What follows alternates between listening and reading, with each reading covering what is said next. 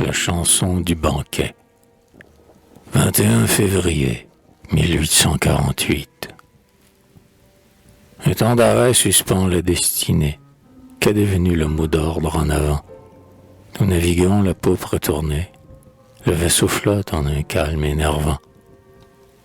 Les intérêts ont fait la nuit si noire. 89 n'est qu'un rêve aujourd'hui. Quand on y songe, on a grand-peine à croire qu'un tel soleil sur notre France est lui. La France dort, mais n'est pas morte. Elle a des sursauts en dormant. Le fruit divin que son flanc porte va mûrir pour l'enfantement. Nos trois couleurs dont la teinte est salie ne disent rien aux yeux des nations. Suisse, Pologne, Allemagne, Italie, faites sans nous vos révolutions.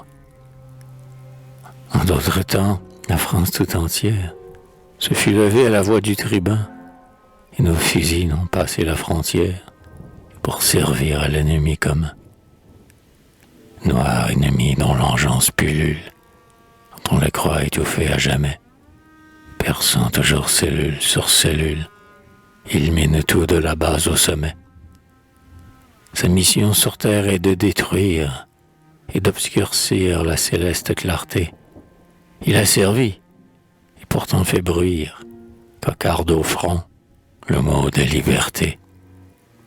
La liberté, cette vierge féconde, vous voudriez l'étouffer au berceau et que son nom fût effacé du monde. Vous l'attaquez dans Voltaire et Rousseau. Et, malgré vous, quand l'univers l'adore et la connaît pour la fille de Dieu, vous essayez de la trahir encore sur l'habit noir endossant l'habit bleu. 89 avait brisé nos chaînes, mais les cadets sont bien loin des aînés.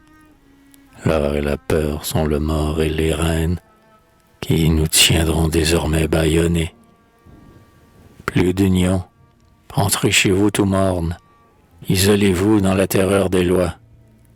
Donnez-nous donc pour enseigne une borne, de nos drapeaux s'enfuit le coq gaulois.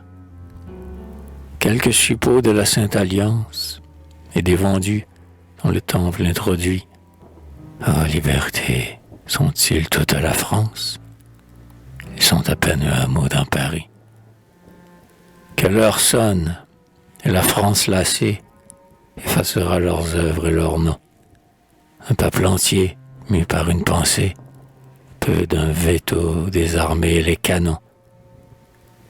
La France dort, mais n'est pas morte. Elle a des sursauts en dormant. Le fruit divin que son flanc porte va mûrir pour l'enfantement.